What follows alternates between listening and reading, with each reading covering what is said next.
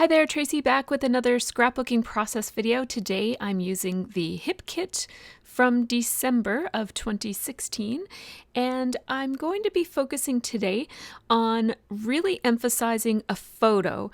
And in order to do that, I'm going to use minimal embellishments, and I'm going to focus really on building some detail into the texture. And it's going to be a very, very subtle detail of texture on this particular page.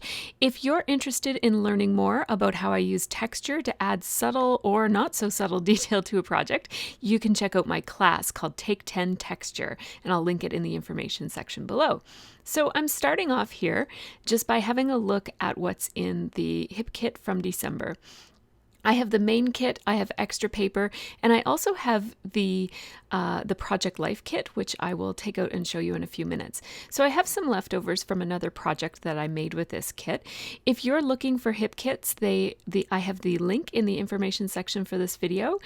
They make beautiful kits every month, and they'll deliver them right to your door, which is really nice. You don't have to worry too much about picking things out and shopping every month. I'm just having a look through the pattern papers that come in the kit first, and I picked out some of my favorites that I think will coordinate with this photo of my sister and her little boy. And I'm thinking that I'll mat the photo with that blue star paper. All three of these pattern papers are exclusives to the kit, so they're all made by the Hip Kit Club. And before I decide how I'm going to layer those three pieces of paper and which one will be my background, I decided to use a bit of tissue paper. This is some tissue paper that came in a Christmas present, and I'm just cutting myself or tearing myself a really long strip of it. And I'm going to pull out my Tri Plus art palette, which I use to just keep my working surface clean, so I don't have to worry about making a mess. And this is the 6x6 stencil that came in the Hip Kit from December. That's in the color add-on. And then I have this Shimmerings in the color of concrete, and this is a Shimmers product, and it is a very subtle silvery gray mist, and it does have some shimmer to it. It's really beautiful, actually. It has like a pearlized shimmer, and you see me there. I'm just masking off the overspray so that I only get the drips, or I only get the dots. I don't want to get any overspray mist. And now this is just a piece of scrap paper that I keep beside my cutting mat that I just use to sop up extra paint and stuff so it doesn't go to waste. It goes on to that will become a background paper for an art journal page or a scrapbooking page or something. Ooh la la, look at that. It's such a pretty subtle texture to add to this tissue paper, and it's actually going to become even more subtle as it dries. So tissue paper has a bit of a coating on it, and so that Shimmerings spray will not sink into that tissue paper. It will stay on the surface, and so it will take a little while to dry. So I just set it aside, and it didn't dry quite fast enough, and I'm eager to get scrapbooking. So I grabbed my heat gun. I'm using a Stampin' Up! Heat gun. And that's just going to speed up the process of drying. And you can see that the result is actually quite subtle once it's dried. And then once I cut it down, it'll be really, really subtle. But I like the added detail that adds to the tissue paper. And where I don't plan to add a whole lot to this page, all of these details really matter. They matter to me more for this page than they do for some other pages. I always really like to have lots of detail on my pages, but especially when I'm making a page with very little embellishment like this one. So you saw me just use my ruler there to tear some straight edges on that blue pattern paper from the Hip Kit Club. And then I just glued my photo onto that black and white floral paper, and I'm going to trim it down with my Caterpillar crop, and just so that I have a very fine, narrow white border with a little bit of that extra interest from the floral pattern that's on that white paper. Now I'm going to take the manufacturer's strip off of this diagonally striped paper, and that's going to be my background. And this is pretty much how this page is going to end up looking, is just like this with these layers. It's going to be a little bit more refined from this. I'm thinking about what font or text I might like to add to this one. And so I pulled out the Project Life kit from Hip Kit Club from December, and it has some really nice black and white details. And I thought that those would pick up really nicely on Sarah's dress. This is a picture of my sister on a photo shoot for her son's first birthday. And I want to make a little home for my layers to live on my background paper. And so I just took a tiny bit of paint and I'm going to brayer it on. And if you've been watching my channel over the last several months, you'll know that this is one of my very favorite background techniques. It is a very, very subtle way to add mixed media. It's very simple. You don't have to add gesso first. You're applying such a light layer of paint because I'm using the brayer. The paint is so light there, I just go adding some extra paint onto that piece of scrap paper just to get my brayer clean. So the layer of paint is so thin that you really don't need to add gesso or do anything to prime the paper. And now I'm just really thoroughly drying it with my heat gun again, and I'm drying it on both sides. And that just helps it to flatten out. See what a soft effect the brayer has on that background paper? It gives you that squared off look, like with the back and forth and rolling it in different directions, but it's very soft and it just kind of blends right into the background paper. I really love that look. I'm using some Liquitex ink here, and I'm just with a paintbrush, and I'm just splattering it all over the center part. And I don't want it to extend too much into the stripes. I want these splatters to be mostly layered on top of the paint that I've already applied. So it's some white on white detail here, and that's what the paint is in the background too. It's because you can see the stripes through it, but the layers of the paint where the brayer has gone over and over it, the paint gets thicker and thicker, and it just leaves this really beautiful detail. And then just adding the splatters adds just a little bit more subtle detail. And again, most of this is going to be covered, so you're just going to see these details peeking out around my layered pieces here.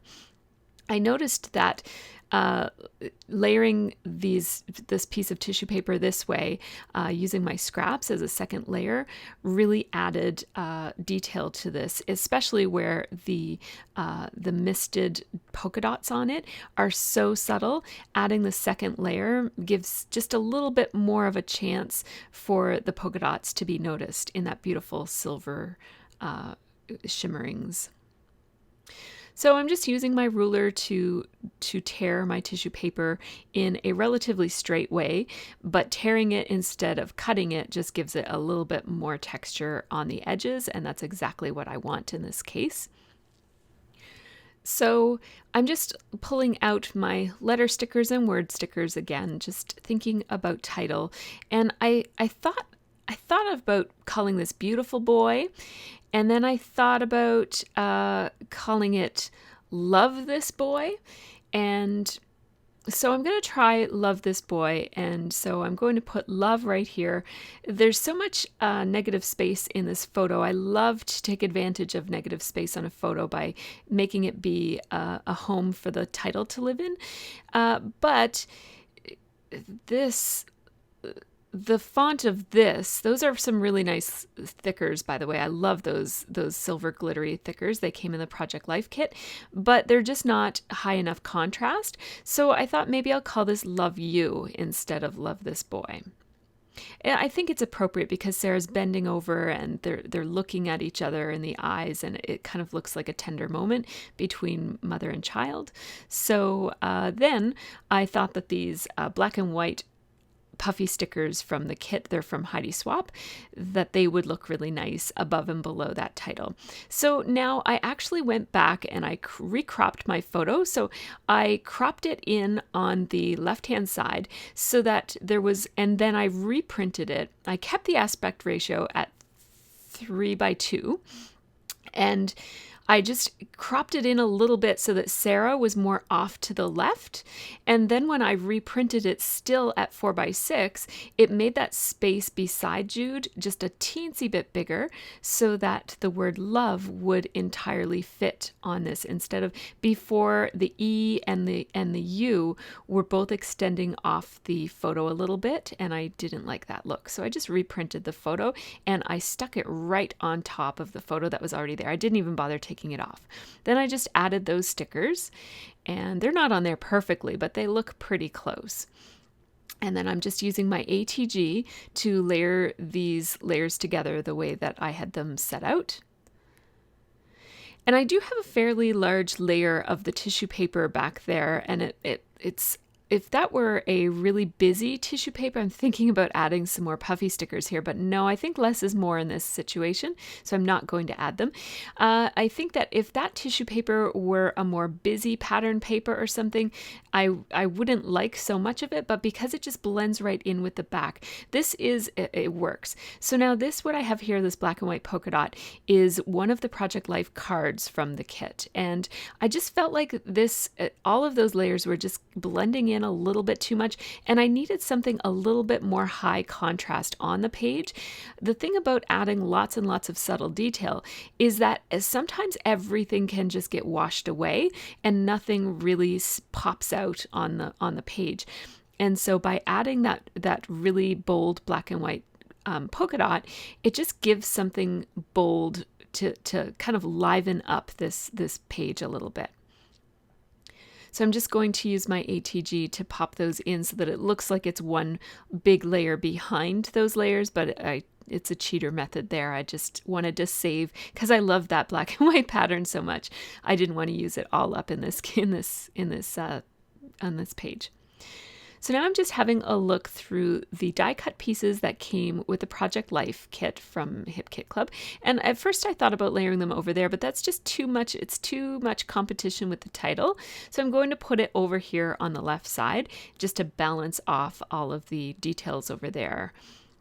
Those little tassels, I just picked out the 3 blue ones, and they came in the scrapbooking kit. I have Perfect Day there just in case I need another embellishment, but I think these 2 are going to be just enough. So the little tab that says details, and then that little tag. And you'll notice that all of the embellishments that I'm using are all blue. So this is a great example of a monochromatic layout. And I love to add really subtle detail to a monochromatic layout. And this is why I'm doing so much white on white and layering here. So I just grabbed some white and gold twine, and the gold picks up on the little gold accents on the tassels. And now I'm going to do my journaling. So a tip for journaling is I like to use my background craft mat grid to help me with line drawing and that sort of thing. So I'm just lining up the tag on the grid and then lining up my ruler on the grid so that all of my lines are going to be straight and even. And I just eyeballed it. I actually don't care if they're even. I just want them to be straight because I am going to be tucking this in. And so I want that line to be straight with whatever it layers under. Now I took a big bunch of the twine there and stuck it through the tag, and then I just cut it so that it looks like there's a whole, well, it is, there are a whole bunch of lines of thread threaded through that hole. Now I'm just taking my gray Chamel marker by American Crafts, and I'm just outlining it. And I chose gray because I wanted a much more subtle outline. It allows my journaling to really pop out, and the lines won't compete so much with my journaling. Now I'm putting it in there just perfectly so that the little bump in that tag of the details just lines up perfectly with the 2006.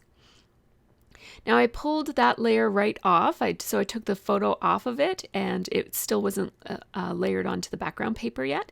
And I brought it over to my sewing machine, and I'm going to run two little bits of stitching along the tag that looks like it's attaching the, well, it's attaching the tag to all the layers behind it. And now I'm just adding 2 more little lines of thread down here in the opposite corner. So this would end up being the bottom right-hand corner.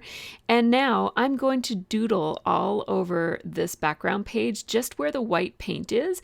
I'm going to run a bunch of doodly circular stitching lines. And I'm just trying to make sure I'm keeping in mind where I know these layers are going to land, so that some of these doodly circular lines will land, will be seen. And so I'm just going around and around and around and around until my thread runs out. And it actually pulls the needle right out of my machine, but it's okay. The needle didn't break. I thought it broke there, but it just came out of the machine. It must not have been in there very tight. So there's my background page with paint and splatters and sewed doodles. White on white on white. White paint, white splatters, white thread.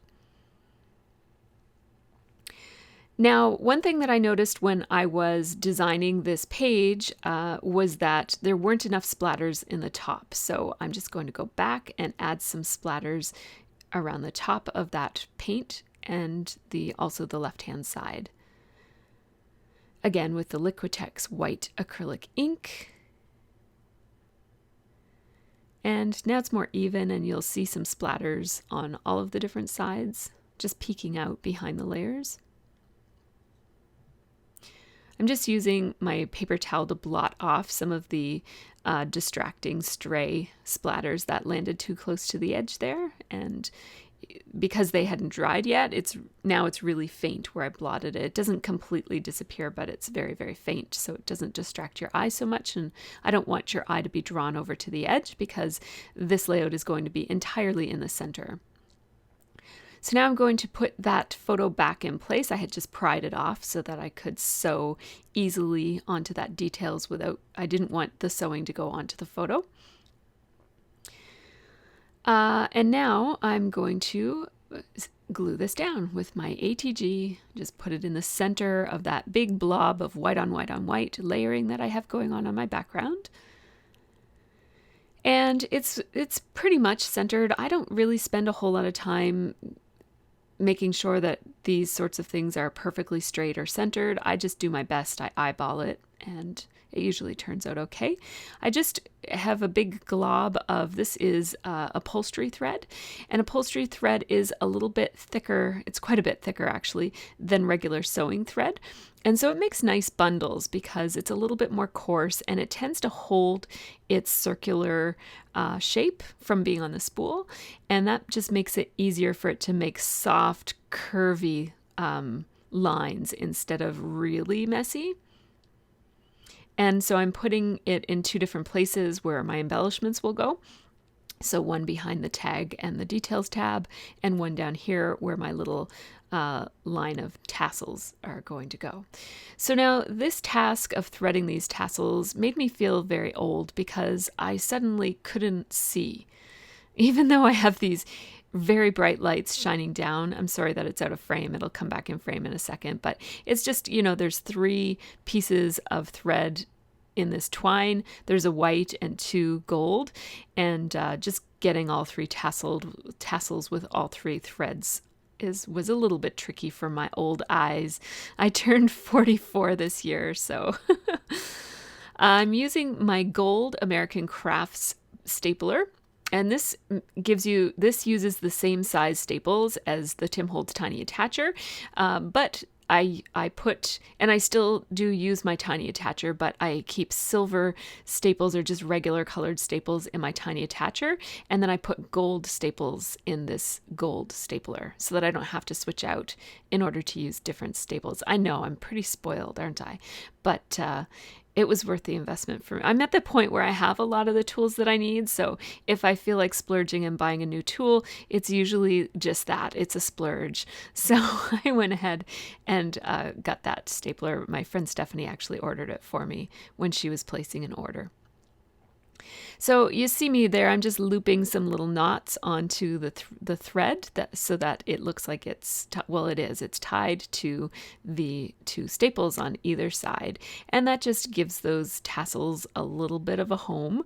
I could have made this more of an embellishment and I'm just going to use these tiny little Zot glue dots to make these tassels stay in place so that they don't kind of all scooch together on that string. So now one thing that I could have done if I wanted this embellishment to be a little bit more significant, I'm going for subtle details here, so I am not going to do this, but one thing that you could have done is I could have punched some circles or triangles with one of my punches, or even just hand cut them and made them and kind of folded them over so that I had little half circles in between each of those tassels, like little paper, tiny little paper half circles would have looked really cute in between each of those, like one on each end and then two in the centers of those tassels. I'm just taking some Stampin' Up! Dimensionals and adding them every here and there to add a little bit of lift. It casts a beautiful gray shadow in between your layers, and it just helps emphasize all the layers that you spent all that time putting onto your project. So you want to make sure that you emphasize it, and also it keeps those layers from getting too squished down when your project is in an album. And so I'm thinking I'll probably want to mat this one because I'm just in a matty mood these days. And so I'm going to skim off. I've already made the layout and it's already feels pretty nicely centered. So I'm just going to take a little sliver off of each of the sides of this paper. If I was doing this at the beginning, I would take a double sized sliver off of two adjacent sides just to save myself a bit of cutting. But since I'm doing it at the end, I'm doing it this way. Now I'm running my ATG all the way around the very edge of this and then putting an X in the middle, and that will help this layout stay matted on its background. And so you'll notice that this layout really has very few embellishments on it. And so because of that, I really tried to emphasize lots and lots of texture without it being too over the top. And so the bundles of thread, the layers of tissue paper with that really subtle print that I put on it with the mist, and just these two little tags over here on this side with, of course, that gold twine that will be picked up over here with the tassels again. And the monochromatic color scheme also makes this feel very calm and peaceful.